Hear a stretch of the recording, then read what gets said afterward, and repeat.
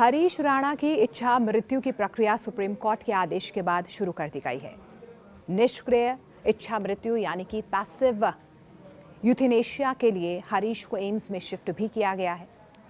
भारत में अदालत की अनुमति से इच्छा मृत्यु का ये पहला मामला माना जा रहा है। करीब 13 साल से वेजिटेटिव स्टेट में भी जीवन बिता रहे हरीश के मामले में अब डॉक्टर्स की निगरानी में प्रक्रिया ये अपनाई जाएगी ताकि उन्हें लंबे समय से चल रहे असहनीय कष्ट से मुक्ति मिल सके। एम्स के सूत्रों के मुताबिक सुप्रीम कोर्ट की अनुमति के बाद हरीश राणा को एम्स में भर्ती किया गया है। अब उनकी गरिमाए मृत्यु यानी कि डिग्निफाइड डेथ के लिए प्रक्रिया शुरू कर दी गई है।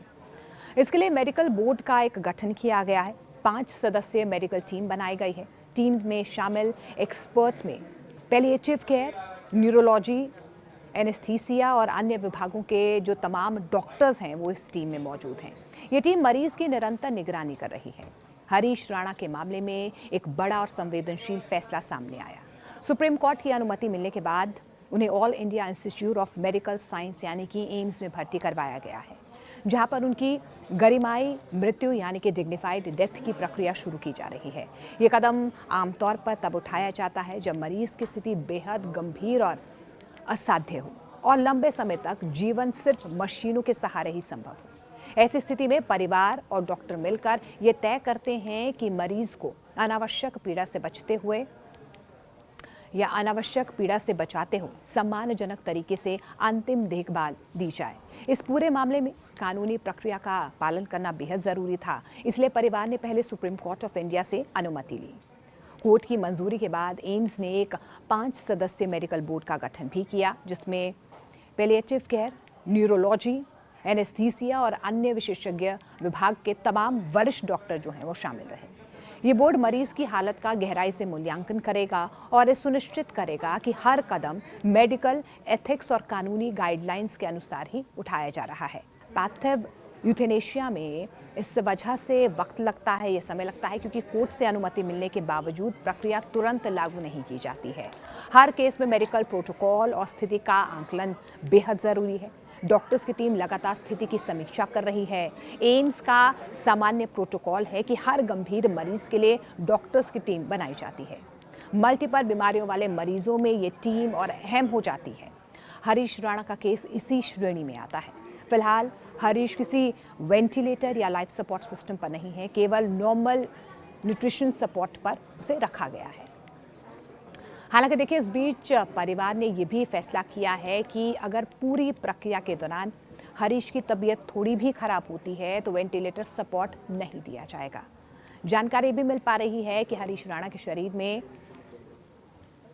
ट्रैक्यूस्टोमी ट्यूब यानी कि पेग फीडिंग ट्यूब, इसके अलावा ब्रेन स्टेम का जो ये ट्यूब काम कर रही है, इसे कहा जा सकता है कि स्वाभाविक सांस ले रहे हैं फिलहाल वो, लेकिन उनका जो दिमाग है वो काम करना बंद कर गया है, यानी कि उनके दिमाग ने काम करना अब थोड़ा सा बंद कर दिया है और दिमाग का मुख्य कार्य जो है वो बंद हो चुका है, यानी कि सुनने, समझने और बोलने की क्षमता उनकी खत्म हो गई है। वहीं हरीश के हाल की स्वास्थ्य समस्याओं की बात करें तो उन्हें फिलहाल कफ यानी कि बलगम की शिकायत है, बेड शोर यानी कि बिस्तर के घाव की प्रॉब्लम है। वहीं पहले से जो उनको समस्या थी उसमें सिर की चोट हो, दौरे और निमोनिया भी था। आपको बता दें कि 13 साल पहले हुई गंभीर हेड इंजरी के बाद से हरीश राणा आज तक होश में नहीं आ पाए हैं। उनका ब्रेन फंक्शन वापस नहीं लौटा है और डॉक्टरों के मुताबिक उनके सामान्य होने की संभावना बेहद कम है। परिवार लगातार उनकी देखभाल कर रहा है, लेकिन इस लंबी लड़ाई में मरीज के साथ साथ पूरा परिवार भी शारीरिक, मानसिक और आर्थिक कष्ट झेल रहा है। इच्छा मृत्यु यानी कि यूथेनेशिया को लेकर अक्सर ऐसे मामलों में बहस तेज हो जाती है। आमतौर पर इसमें व्यक्ति खुद अपने जीवन को समाप्त करने की इच्छा जाहिर करता है, लेकिन भारत में एक्टिव यूथेनेशिया यानी कि इंजेक्शन देकर जीवन खत्म करना गैरकानूनी है और यही वजह है कि देश में इसे अनुमति नहीं दी गई है, क्योंकि इसके दुरुपयोग यानी कि गलत इस्तेमाल की आशंका भी बनी रहती है। हालांकि दुनिया के कुछ देश जैसे कि नेदरलैंड्स, बेल्जियम, लग्जमबर्ग, स्विट्जरलैंड और ऑस्ट्रेलिया के कई हिस्सों में एक्टिव यूथेनेशिया को कानूनी मान्यता दी गई है। वहाँ तय कानूनी प्रक्रिया के तहत मरीज को इंजेक्शन देकर मृत्यु दी जाती है। भारत में इस मुद्दे पर सबसे चर्चित मामला मुंबई की नर्स अरुणा शानबाग का रहा है। वो वर्षों तक वेजिटेटिव स्टेट में रही हैं, यानी कि उनका ब्रेन काम नहीं कर रहा था लेकिन शरीर के अन्य अंग काम कर रहे थे। इस केस के बाद सुप्रीम कोर्ट ने सख्त शर्तों के साथ पैसिव यूथेनेसिया की अनुमति दे दी है। पैसिव यूथेनेसिया में लाइफ सपोर्ट या कृत्रिम पोषण यानी कि न्यूट्रिशन को हटाया जाता है, जिससे धीरे धीरे मृत्यु हो जाती है।